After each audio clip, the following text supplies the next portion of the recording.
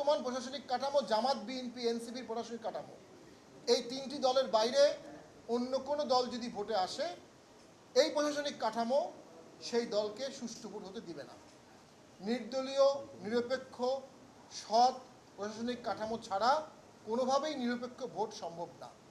একতরফা ভোটের ফলে একতরফা সরকার হবে, ম্যান্ডেট ঘাটতির সরকার হবে, সেই সরকার দেশ চালাতে গিয়ে হোঁচট খাবে এবং দীর্ঘদিন ক্ষমতা থাকতে পারবে না।